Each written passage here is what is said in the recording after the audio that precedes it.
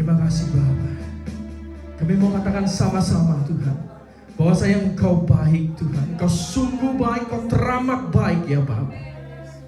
Kasih-Mu luar biasa Tuhan. Kasih-Mu memenuhi setiap kami Tuhan, memenuhi hidup kami Bapa. Kasih-Mu melayakkan kami. Kasih-Mu yang menghapuskan dosa kami. Kasih-Mu yang membuat kami menjadi baru Tuhan.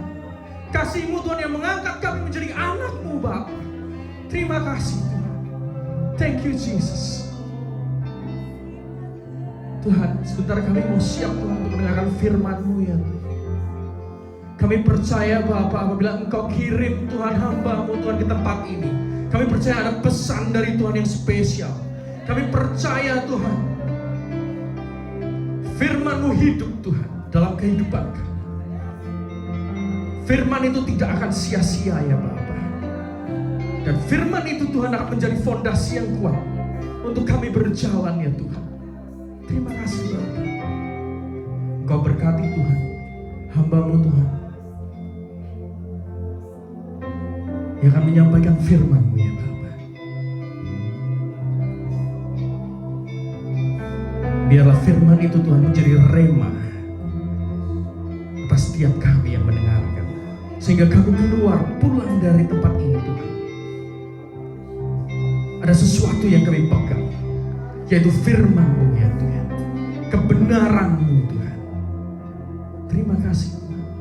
Kami siap Tuhan untuk mendengarkan firman-Mu. Kami siap ya Bapa. Kami siap Yesus. Kami siap Roh Kudus.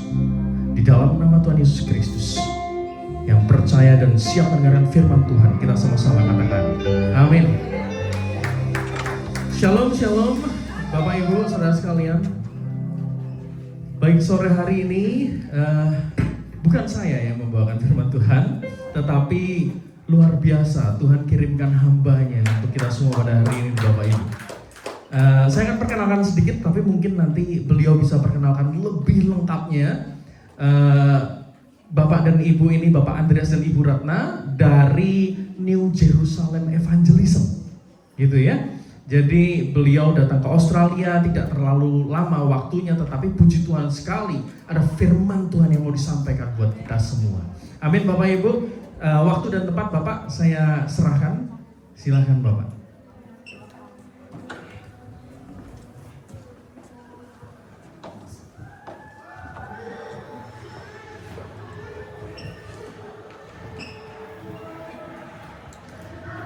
Puji Tuhan. Saya pertama sampaikan terima kasih kepada pengurus yang ada di sini, juga kepada Pendeta Ivan ya, yang juga tadi pagi kami diberikan kesempatan untuk melayani di sana di gereja yang satu lagi ya. Ya, kami dari New Jerusalem Evangelism tadi sudah disebutkan. Badan penginjilan, kami memulai penginjilan tahun 99. Keliling Indonesia, tiap provinsi kami masuki satu kota dulu, ibu kotanya kita gilir, jadi 4 tahun sudah selesai. Setelah itu kami masuk ke berbagai provinsi menurut yang Tuhan taruh dalam hati kami, menurut juga permintaan daripada berbagai gereja di berbagai kota. Nah, beberapa negara juga sudah saya kunjungi dalam rangka penginjilan ini. Ya. Negara tetangga dulu, Singapura, Malaysia, ya banyak kali, India beberapa kali, kemudian Amerika Serikat, ya, kemudian New Zealand, Republik Fiji, Australia cuma transit. Jadi ini kali pertama kami melayani di Australia. Ya, saya yakin memang Tuhan punya message kepada anak-anaknya yang ya, betulan diberi kesempatan untuk menerima kami. Nah, saya sendiri background adalah seperti saudara, pekerja. Ya, dulunya pernah kerja di grup Salim lama, sampai level direktur, lalu bikin usaha sendiri. Jadi pengusaha 10 tahun lebih, sambil juga menjadi tenaga riset, visiting researcher di LIPI, lembaga Ilmu Pengetahuan Indonesia. Sekarang BRIN, Badan Riset Inovasi Nasional. Ya, tapi saya sudah nggak di situ lagi.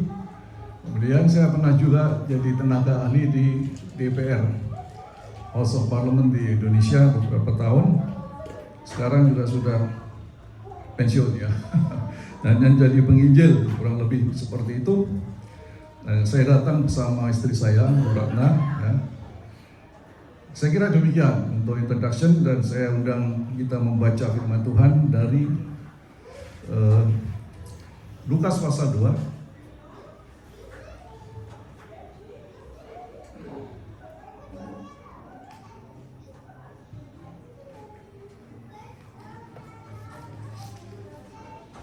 Ayatnya yang ke-15, 16. Setelah itu akan kita lanjutkan dengan Kejadian pasal 28 ayat 12. Ya. Lukas pasal 2 ayat 15 demikian. Setelah malaikat-malaikat itu meninggalkan mereka dan kembali ke surga, gembala-gembala itu berkata seorang kepada yang lain, "Marilah kita pergi ke Betlehem untuk melihat apa yang terjadi di sana, seperti yang diberitahukan Tuhan kepada kita." Lalu mereka cepat-cepat berangkat dan menjumpai Maria dan Yusuf dan bayi itu yang sedang berbaring di dalam palungan. Kejadian 28 ayatnya yang ke-12.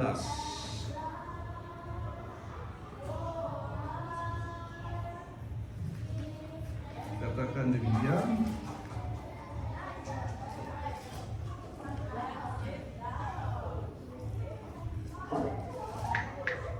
Ya, ini soal mimpi Yakub ya, ayat 12. Maka bermimpilah ia, di bumi ada didirikan sebuah tangga yang ujungnya sampai di langit, dan tampaklah malaikat-malaikat Allah turun naik di tangga itu. Nah, kalau saudara cermati, dua kejadian ini mengandung kemiripan, mirip tapi tak sama ya. Saya memberi judul firman Tuhan, kasih dan kebaikan Bapa yang tidak terukur. Nah, dua kejadian ini aktor-aktornya sama, environment-nya sekitarnya juga sama ya. Ada Bapa yang di surga. Ya, dalam kasus pertama, mimpi Yakub, tangga didirikan di bumi, ujungnya menembus sampai ke langit, tidak terlihat itu sampai ke surga. Ya, di sini kebetulan terjemahan LAI dikatakan Tuhan berdiri di dekat Yakub, artinya di bumi ya. Tapi di terjemahan English Standard Version dikatakan Tuhan itu ada di puncak tangga. Ya. Nah, buat kita tidak soal, karena Tuhan omnipresent, Dia bisa ada di mana-mana, juga omnitemporal. Dari segi waktu Dia kekal, Dia ada di sepanjang garis waktu. Ya, jadi kita bisa mengatakan Tuhan di surga, malaikat-malaikat turun naik di langit ya. Baik pada mimpi Yakub, mereka turun naik di tangga. Kemudian dalam kejadian Natal yang pertama, mereka turun naik memuji-muji Tuhan di langit. Kemudian di bumi ada aktor yang sama, manusia intinya, manusia berdosa. Yakub yang sedang tidur di situ, di tempat yang namanya Betel, kemudian ya, sedang di Betlehem, di kandang ada bayi Yesus, ada Maria, ada Yusuf, ada para gembala, manusia-manusia yang mewakili juga manusia berdosa pada umumnya, tapi ada manusia yang dipilih oleh Tuhan ya, untuk mewujudkan rencananya. Jadi kita bisa menarik kesimpulan bahwa sebenarnya mimpi Yakub itu adalah grand design daripada Tuhan, rancangan penyelamatan untuk manusia yang dinyatakan pertama kali kepada Yakub. Perwujudannya adalah Natal yang pertama, yaitu yang di Bethlehem. Nah, apa yang beda? Dalam mimpi Yakub ada tangga. Ya. Kejadian di Bethlehem, di padang Efrata tidak ada tangga, ada bayi Yesus. Ya. Orang tuanya mewakili seperti Yakub pada umumnya. Para gembala seperti Yakub, yang luar biasa adalah bayi Yesus. Jadi Yesus itu kemungkinan besar sama dengan tangga yang dilihat oleh Yakub. Jadi saya mengatakan kemungkinan besar karena saya masih menganggap ini sebagai hipotesa, kebenaran sementara yang masih perlu dibuktikan. Bukan satu kebetulan saja peristiwa ini mirip, bukan juga kita mencari cocok-cocokan, tapi kita ingin kebenaran yang absolut dari firman Tuhan. Dan itu kita dapatkan dalam Yohanes pasal 1 ayat 51. Waktu Yesus mengonfirmasi dirinya bahwa dia adalah tangga Allah yang dilihat oleh Yakub. Dia berkata kepada Nathanael waktu itu, Nathanael dipanggil menjadi murid, dan dinyatakan kepada Nathanael, kamu akan melihat langit terbuka, lalu malaikat-malaikat Allah turun dan naik pada anak manusia. Kenapa dinyatakan pada Nathanael? Karena Nathanael orang yang tulus hatinya. Jadi kebenaran ini tidak akan sampai kepada semua orang Kristen. Hanya mereka yang bertipe seperti Nathanael dan kalangan dekatnya. Siapa kalangan dekat Nathanael? Antara lain Filipus. Filipus yang membawa Nathanael kepada Yesus, ya, teman baik. Lalu waktu Yesus bangkit dari antara orang mati, ada sebagian murid yang kembali mencari ikan malam-malam. Ya, dan tidak dapat apa-apa. Lalu ada orang di pinggir pantai bilang, lemparkan jalanmu ke sebelah kanan. Mereka menuruti dan jalur itu dilempar. Ternyata ada banyak ikan ditangkap. Saya lupa angkanya, 153 ekor kalau tidak salah ya. Nah, lalu Yohanes mengenal itu Tuhan. Siapa yang ada di situ? Yohanes, Petrus, Nathanael, Thomas, ya ada 3 orang lain, 7 totalnya. Ya. Jadi itulah kira-kira kalangan Filipus. Jadi ternyata tidak semua itu tahu dari murid Yesus bahwa Yesus itu adalah tangga Allah yang dinyatakan kepada Yakub.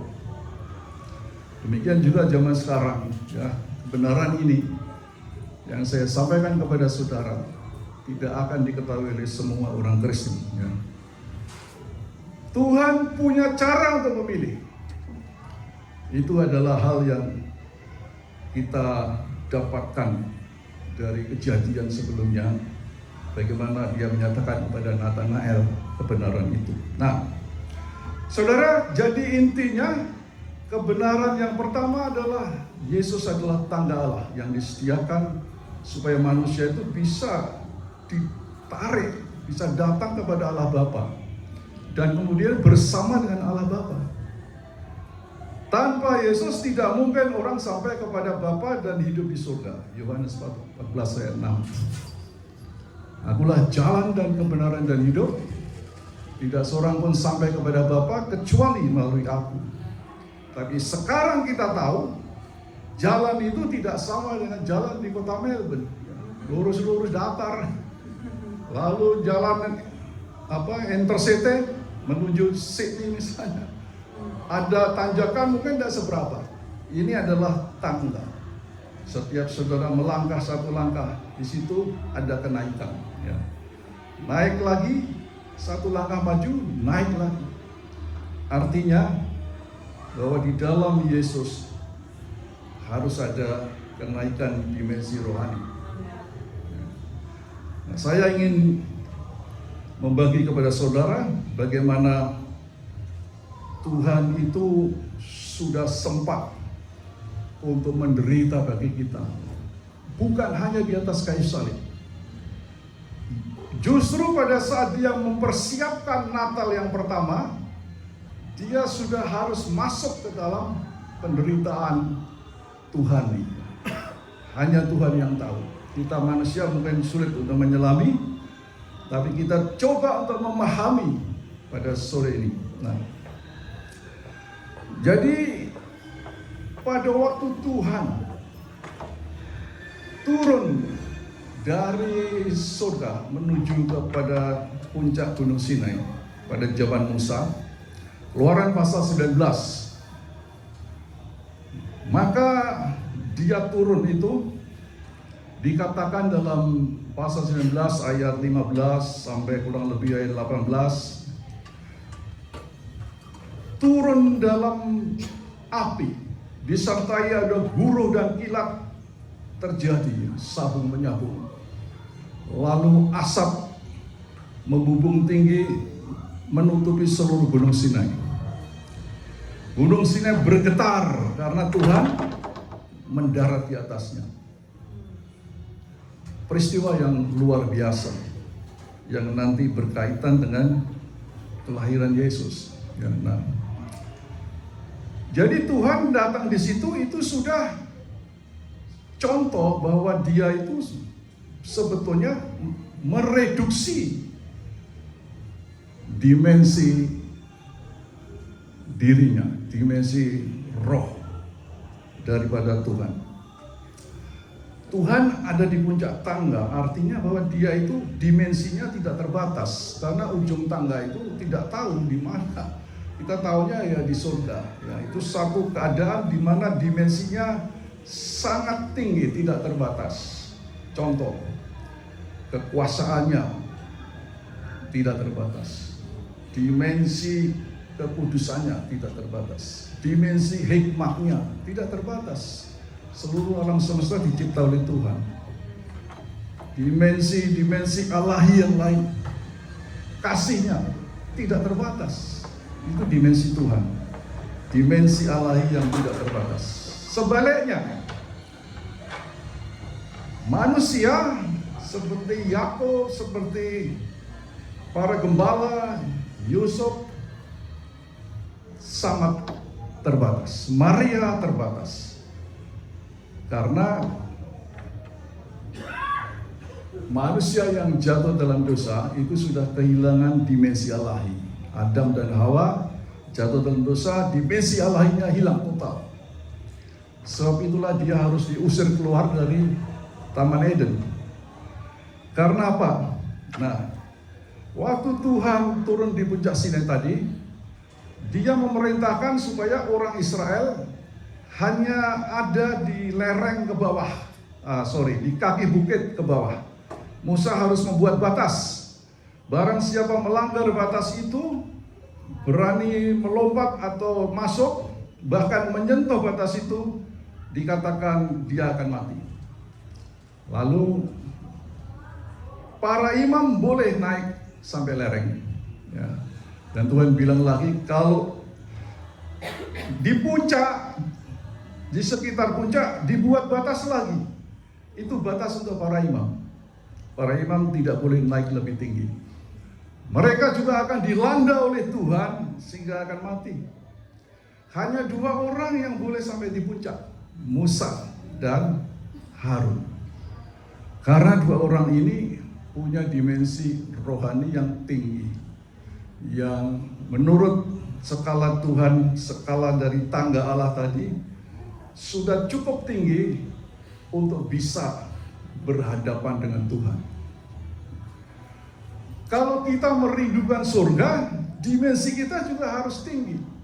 Sebab di surga itu sama saja hidup bersama dengan Allah Bapa, ya, bersama dengan Tuhan Yesus, Tuhan Roh Kudus.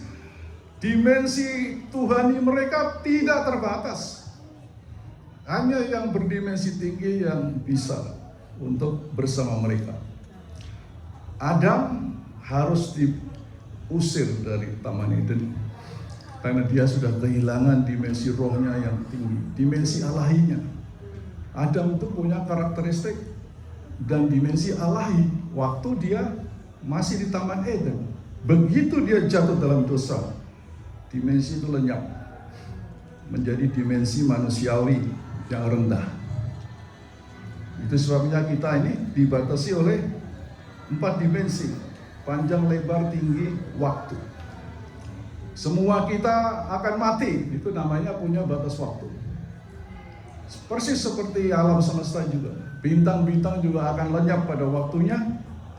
Matahari kita akan berhenti bersinar, kehilangan pancaran panas dan cahaya karena reaksi nuklirnya berhenti. Nah, semua akan mati, ada dimensi waktu. Kita punya badan ini kalau diukur juga punya dimensi kan. Saudara membuat pakaian berapa senti lingkar pinggang, menunjukkan lebar, menunjukkan tebal, tinggi juga berapa, dibatasi. Jadi waktu Tuhan itu turun ke Sinai, dia itu harus mereduksi dirinya. Ada nas yang berkata, Tuhan Yesus sendiri yang mengatakan bahwa Bapa itu bertata di surga dan bumi adalah alas kakinya. Saudara bisa bayangkan dimensi bentuk, dimensi ukurannya itu seperti apa? Kalau bumi itu seperti pasir aja, ya diinjek. Itu yang bisa dibahasakan oleh manusia. Sebab itu waktu dia masuk ke bumi dan mendarat di puncak Gunung Sinai, dia harus memperkecil atau mereduksi dimensinya untuk sementara. Jadi Tuhan tidak terlalu suka untuk jalan-jalan di bumi. Itu sebabnya jarang ya event di mana Tuhan itu turun sampai bumi, itu jarang. Tidak pernah kecuali di Gunung Sinai dan mungkin beberapa event bertemu Abraham ya, dan sebagainya. Sangat terbatas. Selain bahwa dia harus mereduksi dirinya, itu suatu penderitaan buat buat satu oknum yang bernama Allah. Penderitaan itu kita tidak bisa pahami karena kita nggak pernah jadi Tuhan. Tapi kita bisa membayangkan seorang yang powerful, misalnya Presiden Amerika atau Bill Gates atau apa, orang kaya yang hebat, dia bisa terbang. Ya, pagi makan pagi di Washington, siang makan siang di London, malam dia bisa makan malam di Frankfurt misalnya, ya kan? Mudah, mobilitasnya tinggi, tiba-tiba ditangkap, dimasukkan penjara. Cuman bisa bergerak 3 kali 3 meter. Bagaimana rasanya? Satu penderitaan. Ya. Manusia yang mungkin agak bisa memahami penderitaan Tuhan, waktu Tuhan harus memperkecil dirinya dan sampai di Gunung Sinai, itu mungkin Nelson Mandela. Nelson Mandela pernah dipenjara sampai 30 tahun. Karena dia menentang apartheid. Berjuang supaya apartheid di Afrika Selatan dibebaskan. Baru setelah itu dia jadi presiden. Jadi beda dengan Tuhan. Tuhan awalnya Tuhan yang sepenuhnya oknum Allah, ya. Dengan segala dimensi yang tidak terbatas tadi, tiba-tiba harus turun ke bumi yang terbatas.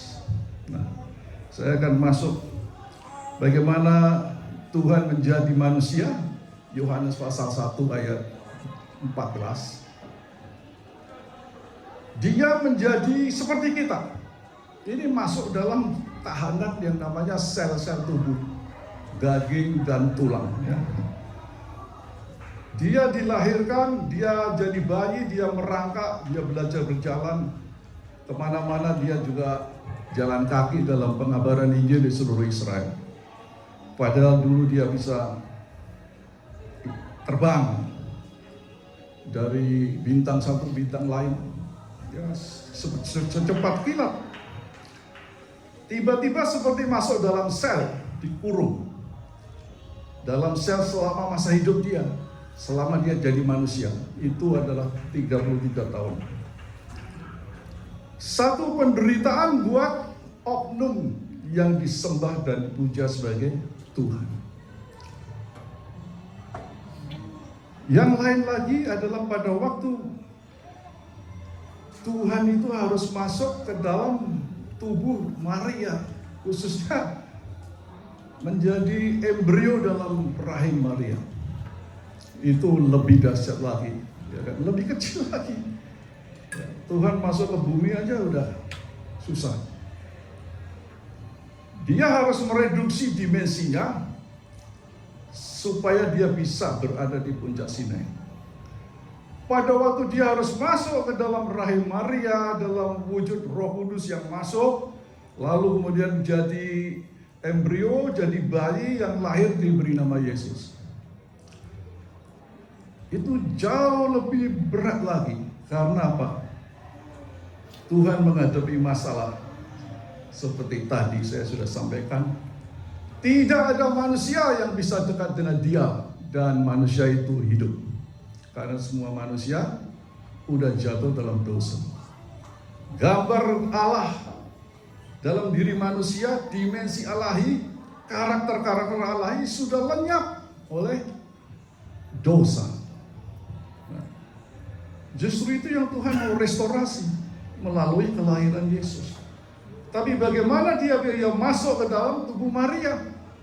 Sementara dia turun di puncak Sinai aja, waduh, semua gemetar, puncak gunung ada nyala api, ada huruf kilat satu menyambung, ada gempa.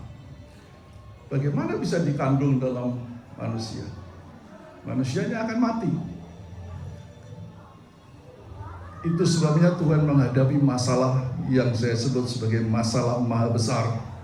Besarnya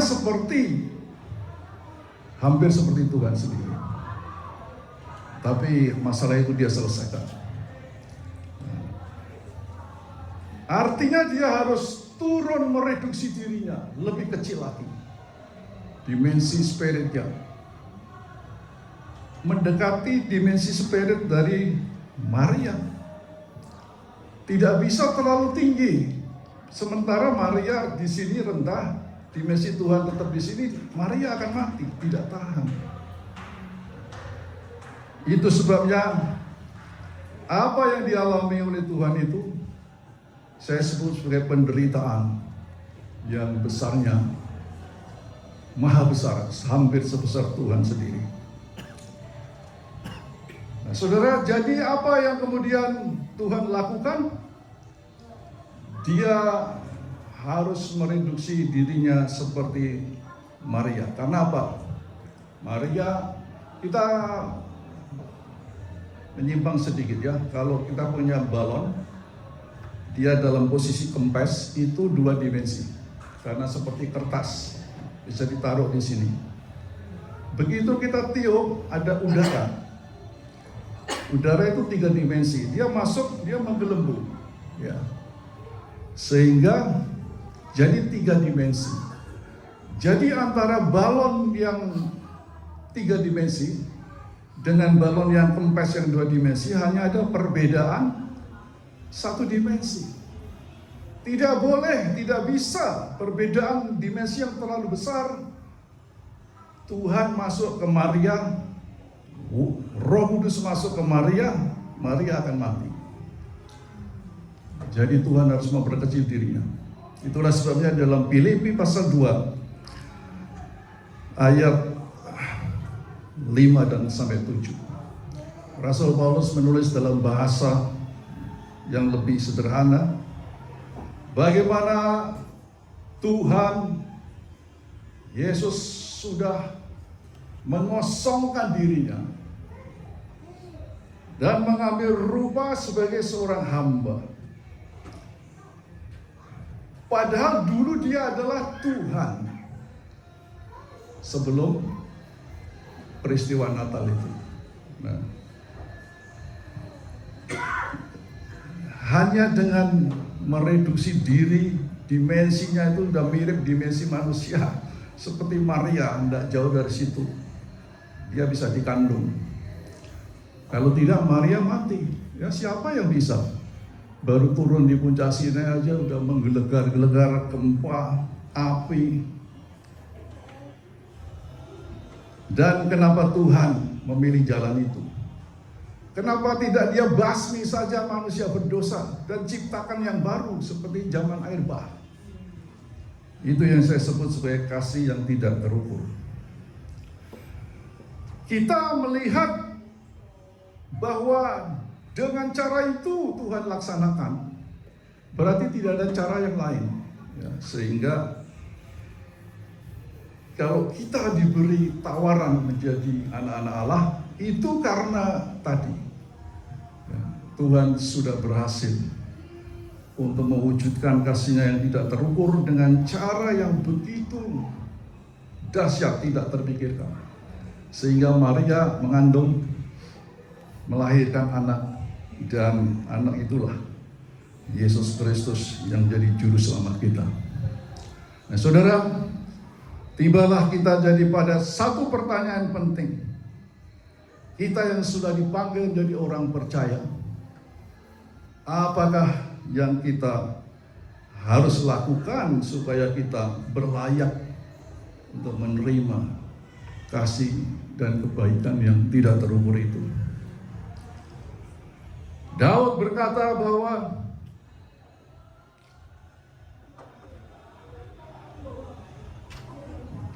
kita menerima segala kebaikan Tuhan. Tidak ada yang lain kecuali kita memuji dan menyembah Dia. Ya, kecuali kita memberi persembahan yang hidup, yaitu hidup kita. Persembahan yang sejati adalah ibadah dan persembahan tubuh kita untuk Tuhan, untuk pekerjaan Tuhan. Dan inilah saatnya pada waktu kita merayakan Natal, kembali pertanyaan ini menjadi sangat penting dan urgen untuk bisa kita jawab. Nah saudara, untuk meresponi firman Allah itu, maka Tuhan sudah membuat satu perintah, yaitu amanat agung Tuhan. Dan amanat agung Tuhan itu Dia perintahkan, pergilah kamu, jadikan sekalian bangsa itu muridku, baptiskan mereka dalam nama Bapa, Anak, dan Roh Kudus. Ajar mereka dengan segala perintah yang kuperintahkan padamu. Dan ketahuilah, aku menyertai engkau sampai dengan akhir zaman. Kita semua terlepas daripada background profesionalisme, ya, bahwa kita juga harus bertahan dengan mencari uang untuk bisa melanjutkan hidup. Apalagi di dalam persaingan yang makin keras, perintah ini tidak otomatis menjadi batal atau menjadi tererosi, ya. Sebab itu orang-orang Kristen harus berupaya mencapai kebebasan finansial, dalam arti kita minta Tuhan memberkati kita, dan kita harus bisa mengelola berkat-berkatnya sehingga pada satu saat kita bisa hidup tanpa harus bekerja lagi. Uang kita harus bisa mencari uang berikutnya. Itu salah satu konsep supaya kita bisa memberi persembahan hidup kepada Tuhan, memberi yang terbaik dari hidupmu. Kalau tidak, kita hanya memberi sisa-sisa hidup kita. Kita terlalu banyak bekerja, capek, melayani, iya melayani, tapi itu bukan bagian yang terbaik dari hidup kita. Atau kita selesai dengan hidup kita, maksudnya selesai dengan diri kita, kita cukupkan dengan apa yang ada, dan selanjutnya hidup dengan iman. Tapi Tuhan tentu tahu masalah saudara, dan dia kasihnya tidak terbatas. Dia pasti akan tolong saudara dulu, supaya saudara bisa satu saat dibebaskan dari ikatan-ikatan keharusan untuk mencari uang, ya, sehingga seolah-olah tanpa batas, tanpa waktu, sehingga semua habis, semua energi waktu habis untuk keperluan kita sendiri.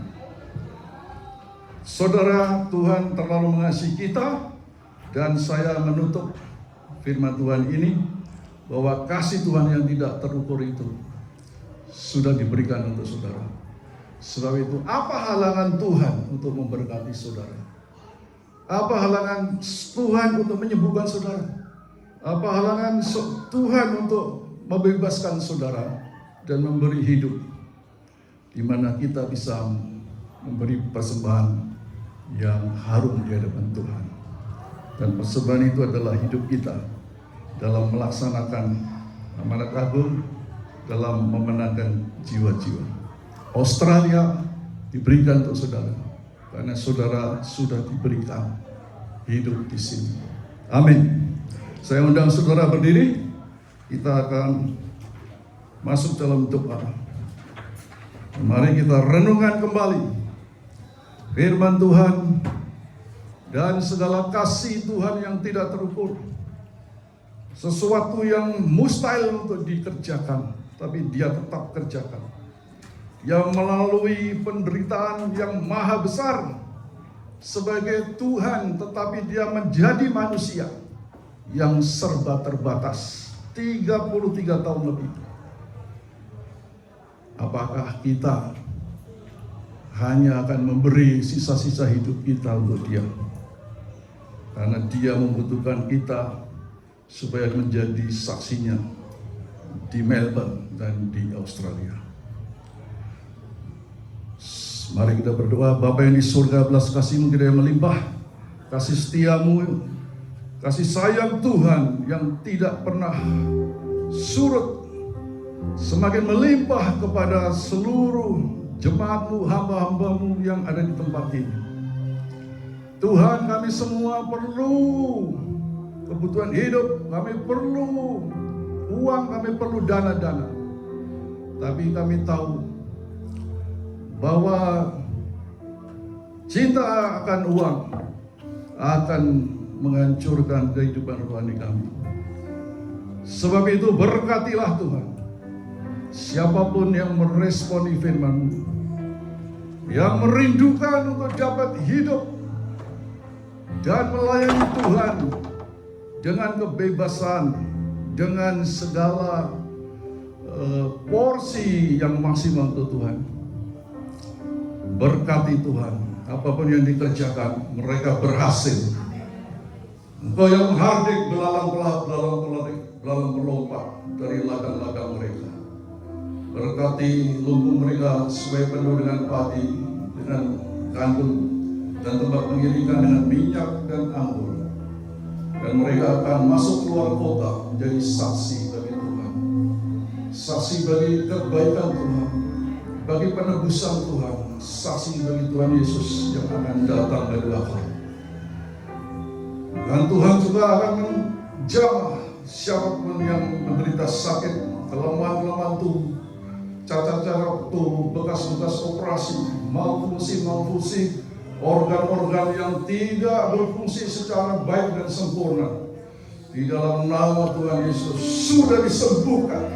Biar Tuhan Yesus terima dalam nama Tuhan Yesus. Karena kasih-Mu melimpah bagi seluruh anak-anak-Mu yang sudah Kau kumpulkan di tempat itu. Dan mereka tidak akan pernah pulang dengan keadaan yang sama. Tumpangkan tangan-Mu Tuhan, urapilah dan tuntunlah mereka dengan gaya dan tongkat Tuhan, membela mereka sepanjang jalan mereka. Hanya akan ada kemenangan dan keberuntungan. Karena Tuhan adalah penolong mereka, Tuhan adalah penyelamat mereka.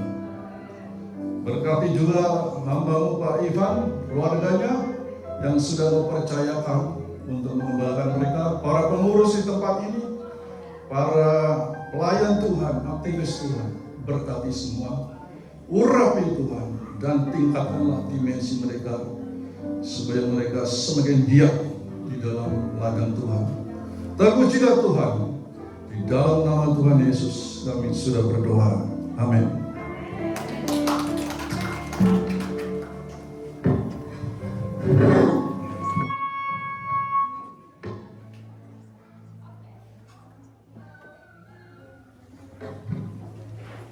Puji Tuhan, kita diberkati dengan firman Tuhan, amin. Ada remah bagi kita, bahwa kasih Allah itu begitu besar. Dia rela datang ke dunia ini untuk saudara dan saya. Puji Tuhan, saya pribadi bangga saudara-saudara ya. Jadi anak Tuhan, jadi anak Raja, kita bisa menikmati fasilitas Raja, amin.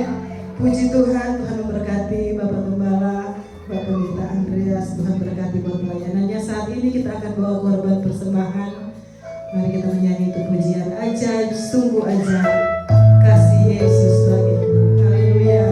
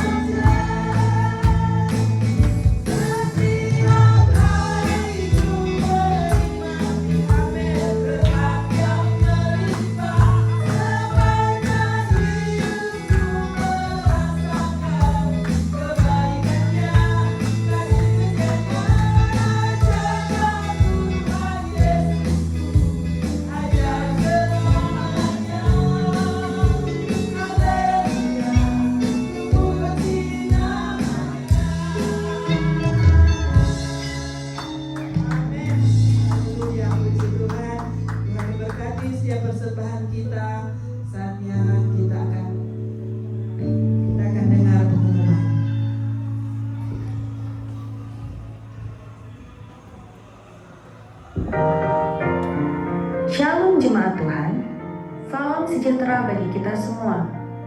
Selamat datang di GBI Ensemble, kami menyambut kedatangan saudara. Berikut warta mingguan GBI Ensemble. Hari Minggu 14 Desember 2025. Di pagi hari pukul 10:30 AEDT, kita akan mengadakan ibadah gabungan dari Noble Park dan Albert Park di Merrick Hall Community Center. Kemudian di sore hari pukul 4:30 AEDT akan dilanjutkan dengan perayaan Natal oleh Ensemble Bendigo yang bertempat di 23 Jordan Street, Kennington, Victoria.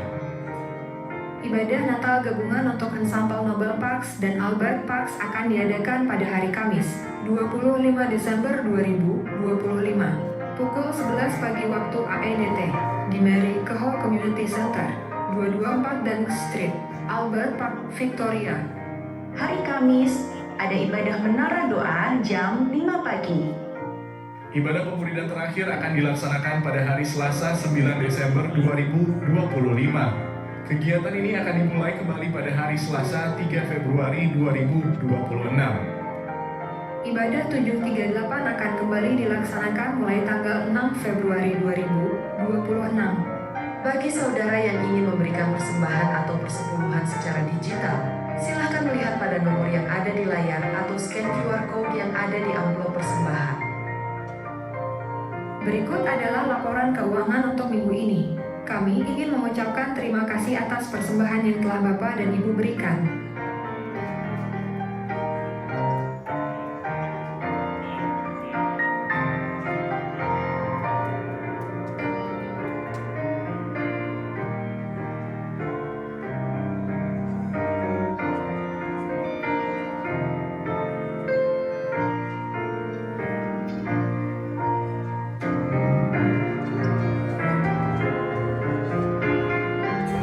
Sekian Warta Gereja Ensemble minggu ini.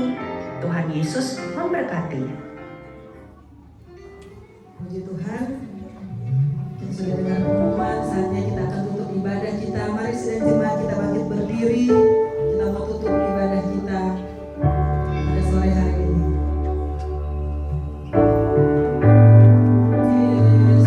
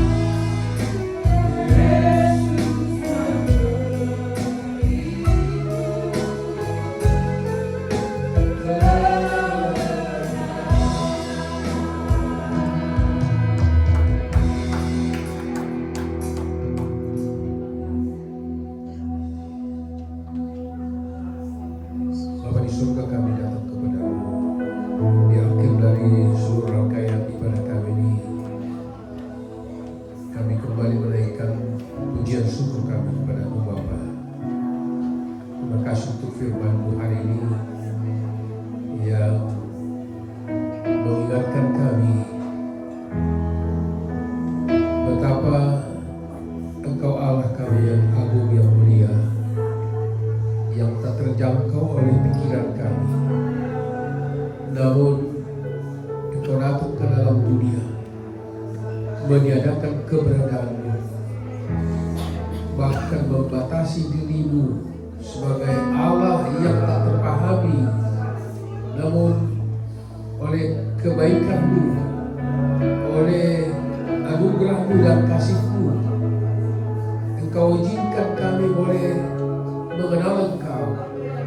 Engkau karuniakan kami iman untuk boleh percaya kepada-Mu, dan melalui anak-Mu yang tunggal Yesus Kristus, kami diperkenankan mengenal Allah Bapa. Terpuji nama-Mu Tuhan. Sesuatu perkara yang terlalu ajaib bagi kami. Tidak ada yang dapat kami sombongkan, Bapa. Adalah satu penderitaan. Dalam bahasa kami adalah suatu penderitaan bagi-Mu ya Bapa untuk datang ke dalam dunia supaya manusia dapat mengenal Engkau. Tetapi karena Engkau Allah yang Maha Kuasa, Engkau dapat menyelesaikan hal itu supaya kami dapat mengenal Engkau, berjumpa dengan Engkau, mengalami Engkau, dan akhirnya mengalami keselamatan di dalam Engkau. Hari ini Tuhan, jikalau kami boleh mengenal Engkau melalui Yesus Kristus sebagai Tuhan dan Juru Selamat kami mau mengatakan terima kasih ya Tuhan. Tidak ada hal yang terbaik yang dapat kami persembahkan kepada-Mu selain hidup kami yang telah Kau tebus, selain hidup kami yang telah Engkau angkat, selain melalui hidup kami yang telah Engkau jadikan berharga. Sebab itu ya Tuhan, kami bersyukur kepada-Mu. Kebenaran firman-Mu hari ini mengingatkan kami untuk melakukan apa yang terbaik dari hidup kami yang telah Kau tebus, untuk memuliakan nama-Mu. Kami tahu Engkau Allah yang mulia, tidak perlu kami memuliakan Kau, tetapi karena hidup kami telah Kau tebus, maka hidup kami menjadi alat untuk kemuliaan bagi nama-Mu. Terima kasih ya Tuhan. Baharui kami hari ini melalui kebenaran firman-Mu, supaya hidup kami sepenuh-penuhnya mempermuliakan nama-Mu, mengagungkan Engkau. Kami persembahkan seluruh hidup kami yang telah Kau tebus ini bagi hormat, kemuliaan bagi nama-Mu, dan banyak orang diberkati dalam hidup kami.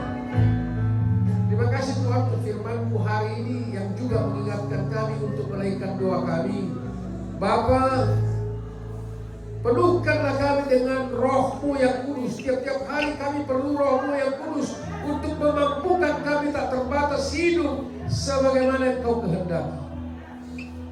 Perlengkapi kami dengan perlengkapan terbaik, termasuk seperti yang disampaikan oleh hamba-Mu, dengan financial freedom untuk dapat melayani Tuhan dan bekerja Tuhan. Terima kasih Bapak. Dan lebih daripada itu sekali lagi kami mohon, seperti Kau ajarkan kami dalam ajaran-Mu ya Tuhan, supaya setiap kami yang Kau telah tebus selalu datang kepada Bapa untuk meminta, berikan kami Roh-Mu yang kudus tiap-tiap hari untuk memimpin kami hidup bagi hormat kemuliaan nama-Mu. Karena Roh-Mu yang kudus adalah Roh yang tak terbatas, yang memampukan kami untuk menjadi anak-anak-Mu yang menjadi berkat bagi banyak orang dan memuliakan nama-Mu. Terima kasih Tuhan. Pada kesempatan ini kami berdoa, berkati hamba-Mu Pak Andreas dan Ibu dalam pelayanan yang Kau percayakan, pakai terus di masa usia emasnya. Banyak orang dibaharui melalui pemberitaan pelayanan hamba-Mu ini kemanapun Tuhan pakai dan panggil dan tuntun. Kami berdoa Roh-Mu yang kudus yang membawa dia, membawa hamba-Mu di keluarga dan ibu untuk dapat mewartakan berita kelepasan, berita sukacita, berita kabar baik yang terbaik dari Tuhan. Berkati gereja-Mu yang dipimpin oleh hamba-Mu Bapak Pendeta Iman dan keluarga. Berkati mereka sebagai pemimpin kami. Berkati pelayanan-pelayanan gereja yang sampai di mana berada di Australia ini, di beberapa tempat termasuk juga di Indonesia. Berkati setiap pelayan-pelayan lokal, para pengurus dan jemaat-jemaat Tuhan. Biarlah setiap pemberitaan Injil dari setiap mimbar memberitakan tentang Kristus Yesus Tuhan dan Juru Selamat kami. Terima kasih Bapa di surga.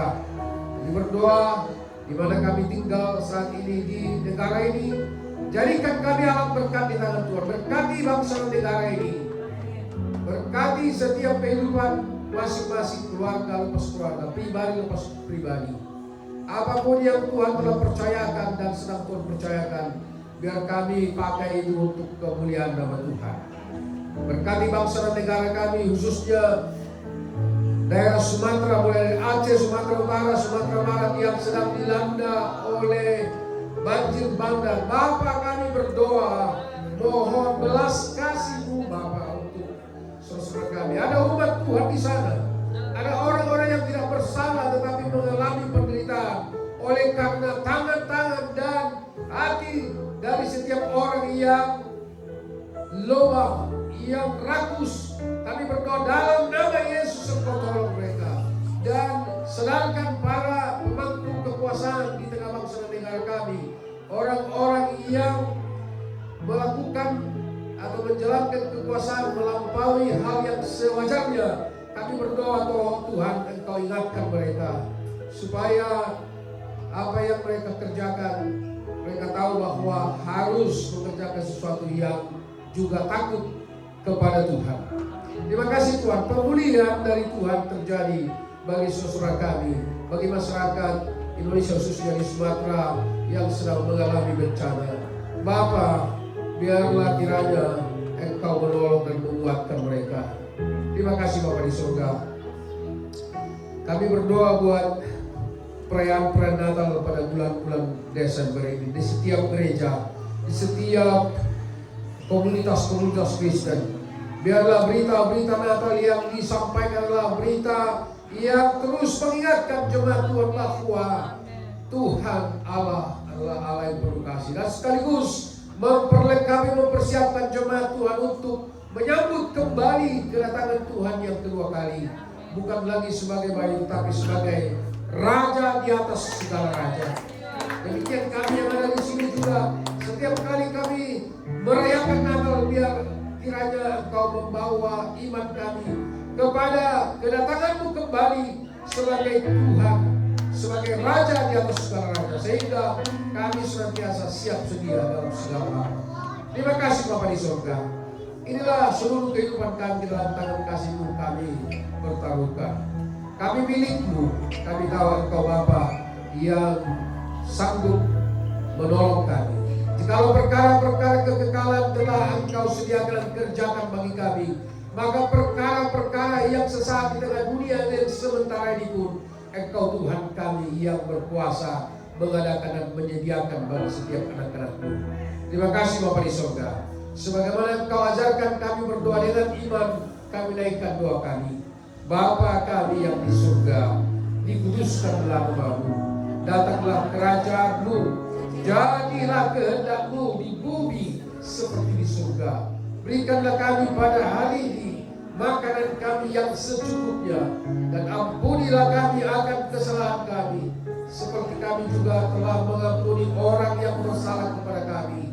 Dan janganlah membawa kami ke dalam pencobaan, tetapi lepaskanlah kami daripada yang jahat. Karena Engkaulah yang punya kerajaan dan kuasa dan kemuliaan sampai selama-lamanya.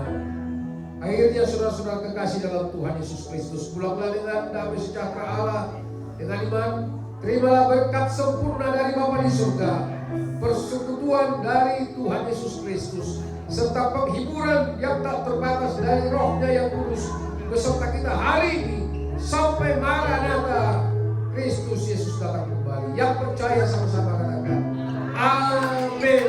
Dan kita selesai pulang.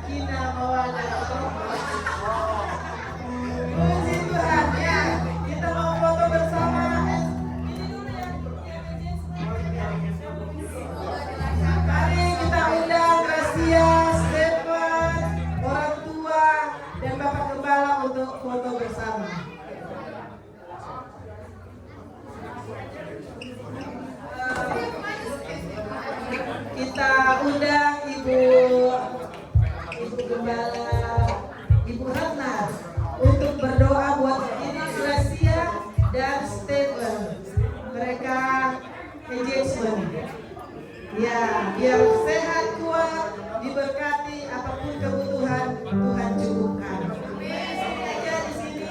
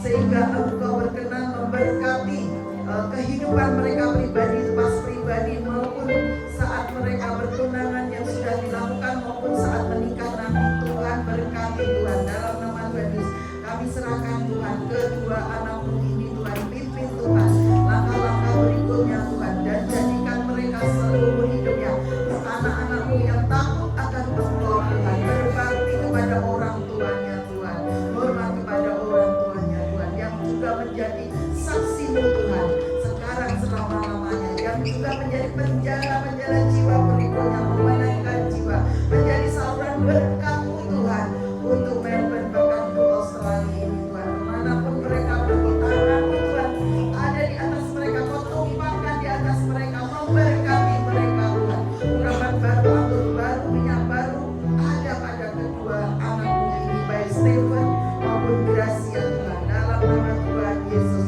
Mulai hari ini Tuhan, mereka bukan yang dulu lagi, mereka menjadi yang baru dalam ikatan pertunangan yang kedepannya Engkau pimpin semakin hari semakin diberkati Tuhan, baik jasmani, rohani, materi, yang hidupnya penuh damai, sejahtera, sukacita, yang seumur hidupnya takut Tuhan dan berbakti kepada orang tuanya, hormat kepada orang tua. Dalam nama Tuhan Yesus kami serahkan kedua hamba ini. Terima kasih Tuhan dan syukur. Haleluya.